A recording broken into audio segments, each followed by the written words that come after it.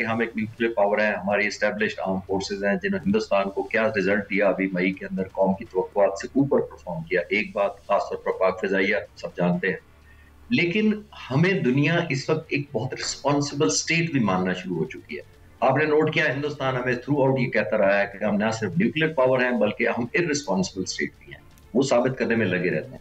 हमने पहलगाम में भी अपनी रिस्पॉन्सिबिलिटी दिखाई, कमजोरी नहीं दिखाई। लोग कहते थे वो कमजोरी है और मैं कहता था नहीं, दुनिया बहुत ट्रांसपेरेंट हो चुकी है। दुनिया बड़ी विजुलाइज कर लेती है कि कौन सच्चा है कौन झूठा है। दुनिया बड़ी विजुलाइज कर लेती है कि कौन सिंसेरिटी से काम कर रहा है। हमने मई के महीने में हिंदुस्तान को ऑफर किया कि आप एक इंक्वायरी बिठा लें, हम आपके साथ ताउन को तैयार करने को तैयार हैं, आप हमें सबूत दे दें, हम एक्शन लेंगे। दुनिया ने सब कुछ देखा। आज आप नोट करें कि जब हिंदुस्तान का एयरफोर्स चीफ कहता है आकर 3 महीने बाद या 5 महीने बाद, क्या हमने पहले 3 महीने बाद आके कहता है कि हमने 5-6 जहाज मारे, फिर 6 महीने बाद आके कहता है कि 10-12 जहाज मारे, तो किसी हेडलाइन में दुनिया में नहीं आता।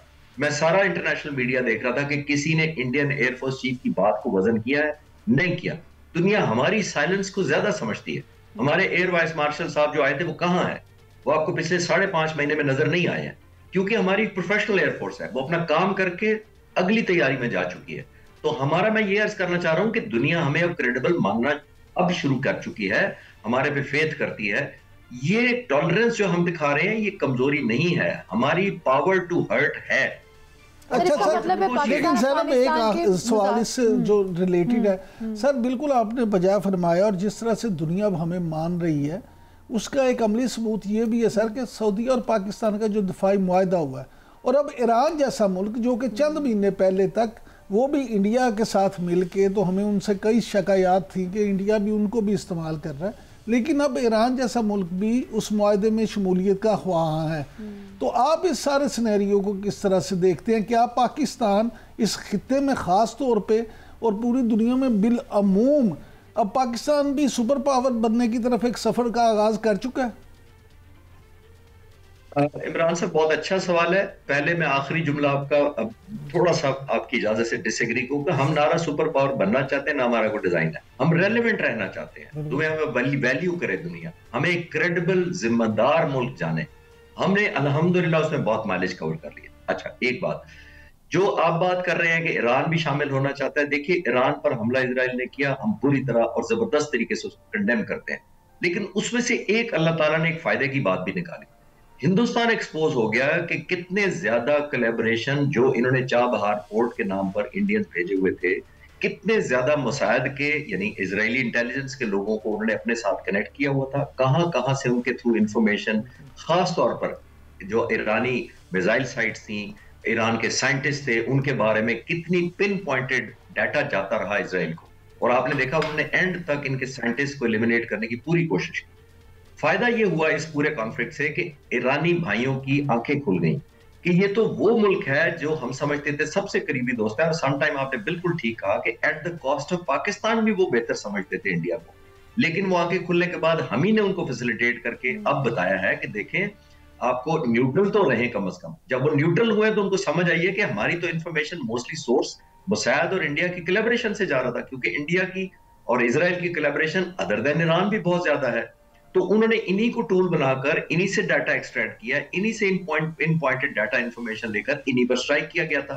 और एक और चीज आपको आखिरी बात जरूर बताते चलो, ईरान को यह भी समझ आई है कि आपने नोट किया होगा उनके एयर डिफेंस एसेट्स पर हमले हुए थे, फ्रॉम विद इन ईरान हुए थे। अब विद इन ईरान जो इजराइल लॉन्च कर रहा है अटैक, वो कैसे हो गए? वो ऐसे ही हो गए कि खुद ब खुद हो गए थे। कई सालों में इन्फिल्ट्रेट किया गया होगा, उनकी सेंचुरीज बनी होगी, उनको हाइडआउट्स दिए होंगे किसी ने, और उसमें सब इंडिया पेश था। तो ये बहुत अच्छा हुआ है, एक पॉजिटिव निकला है कि ईरानी भाइयों को कोलैबोरेशन का बारा इस तरफ भी ध्यान गया है। तो जाहिर है इससे अच्छी और क्या बात हो सकती है कि इंडिया तो हर मामले में पेश नजर आता है। अब ये मुज़ाकरात में आप ये समझते हैं कि मुज़ाकरात की नाकामी की वजह भी भारत है? क्योंकि हमारा तो बड़ा सिंपल सा एक उनके सामने था कि आप अफगानिस्तान की सरजमीन दहशतगर्दी के लिए इस्तेमाल ना हो पाकिस्तान के अगेंस्ट। हमारा तो एक सिंपल सा मुतालिबा था और उस मुतालिबे पर भी अग्री नहीं किया अफगानिस्तान। और क्यों अफगान तालिबान TTP के खिलाफ कार्रवाई से हिचकिचाते हैं? इसके पीछे क्या मुहर्रिकात हैं? और भारत इस माहौल में जहाँ जंगी धमकियाँ भी दे रहा पाकिस्तान को, तो क्या अफगानिस्तान भारत के साथ खड़ा होगा? जी बहुत अच्छा आपने पिन पॉइंट किया है कि वजह क्यों नहीं है। तो वजह तो बड़ी सिंपल है, और हमारी कोई डिमांड है ही नहीं। एक रीजनेबल डिमांड है जो हमारे दोस्त तुर्की और कतर ने भी मानी है। हम कह रहे हैं कि आपसे मुल्क से हमारे पर हमला नहीं होना चाहिए। बिल्कुल।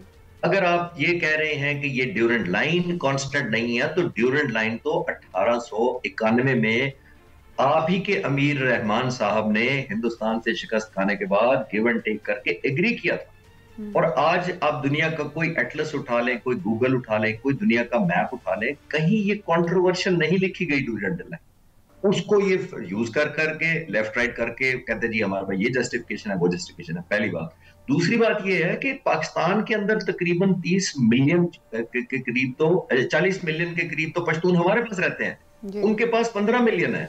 तो किसका हुआ फिर अफगानिस्तान, या ये बेल्ट किसकी हुई? तो आया हमारा कोई पश्तून जाना चाहेंगे जो 40 मिलियन यहाँ रह रहे हैं वो हिंदुस्तान जाना चाहेंगे? सॉरी, जाना चाहेंगे अफगानिस्तान?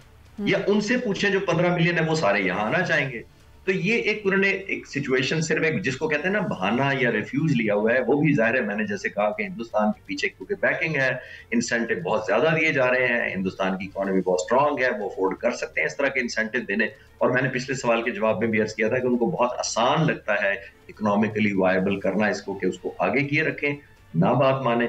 लेकिन मुझे लग रहा है कि, और एक आखिरी बात मैं एक और कहता चलूं, क्योंकि अमेरिकन प्रेसिडेंट हर दुनिया के कॉन्फ्लिक्ट में जंप इन कर रहे हैं, तो शायद ये इंडिया ने उनको ये सबक सिखाया हो, पॉसिबली, मेरे पास सबूत कोई नहीं है, मेरी ओपिनियन है कि शायद ये सिखाया गया हो कि आप इसको एस्केलेट करें, होने दें, ताकि अमेरिकन प्रेसिडेंट आए और फिर पाकिस्तान आपको कनेक्ट करवाए अमेरिकन प्रेसिडेंट से, और उनसे फिर नेगोशिएट करके लेवल रेस करें, और अमेरिकन प्रेसिडेंट को कहें कि आप हमें रिकग्नाइज भी करें। और शायद इनके कोई 8.2 बिलियन जो इनकी अमाउंट वहां पे अमेरिका ने फ्रीज की हुई है अपने बैंकों में, वो भी को रिलीज कराने की बात करें। तो मेरा ख्याल है ये कहीं से उनको एडवाइस मिली है, जिसकी वजह से। ठीक है, दुरुस्त बात करें। कैसे आगे मामला बढ़ेंगे? क्योंकि वज़ीर दिफा ख्वाजा आसिफ ने भी ये कहा है कि अफगान रजीम की ढिटाई की वजह से अब तो सालिसों ने भी अपने हाथ उठा लिए हैं।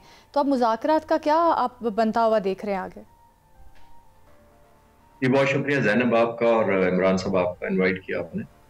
देखिए बड़ा अफसोसनाक ये सिचुएशन है कि जिस इतनी एफर्ट की गई, कंसिस्टेंट पाकिस्तान की तरफ से भी सिंसेरिटी दिखाई गई, दोस्त मुल्क कतर और तुर्की ने भी बहुत कोशिश की, लेकिन जाहिर है वो सब मिलकर भी इस हकीकत के बावजूद कि हमारे पॉइंट ऑफ व्यू से एग्री करते हैं दोनों जो हमारे दोस्त थे तुर्की और कतर, उसके बावजूद वो अफगानिस्तान के तालिबान को इस बुनियाद पर नहीं मुत्तफिक कर सके कि उनको एक एग्रीमेंट साइन करना चाहिए, जिसकी ऑब्वियसली इसमें रिटन डॉक्यूमेंट होना चाहिए, ना जुबानी होना चाहिए। उसकी वजह शायद यही है जो मैं पहले भी शक कर रहा था कि वो शायद बार्गेनिंग टूल के तौर पर यूज कर रहे हैं, यानी नेगोशिएशन लीवरेज के तौर पर यूज कर रहे हैं, और एक बेहतर से बेहतर जिसको कहते हैं ना बार्गेन जो इंडिया से वो कर रहे हैं। डिफेंस मिनिस्टर ने भी पहले भी यही कहा था, अभी वो यही कह रहे हैं कि वो हिंदुस्तान इस बुनियादी तौर पर हिंदुस्तान से वो डील बेहतर लेने के लिए शायद इसको एस्केलेट करते रहे या डिले करते रहे।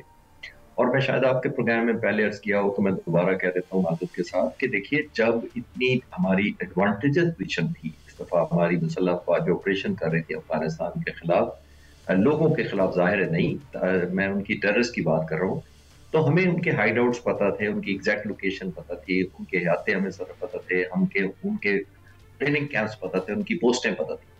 उसके बावजूद मैं ये आपको कंफर्म कर सकता हूँ कि तकरीबन अगर 100 डिस्कशन हुई है मुख्तलिफ साइट्स पर अटैक करने की, तो उसमें से 5 या 10 अप्रूव किए गए थे। हमने इतनी वेल कैलकुलेटेड स्ट्राइक की थी और इतनी मयर्ड की थी और बर वक्त की थी, उसको एस्केलेट करना बहुत आसान था। और आमतौर पर जो इस तरह की ऑफेंसिव पोजीशन में मुल्क होता है और फोर्स होती है खासतौर पर, वो सीज फायर नहीं करती फिर, क्योंकि इस तरह के दहशतगर्दों को छुपने का, रिलोकेट करने का, अपने आप को कंसील करने का, अपने वेपन छुपा देने का और एक जगह से दूसरी जगह माइग्रेट कर जाना आसान हो जाता है।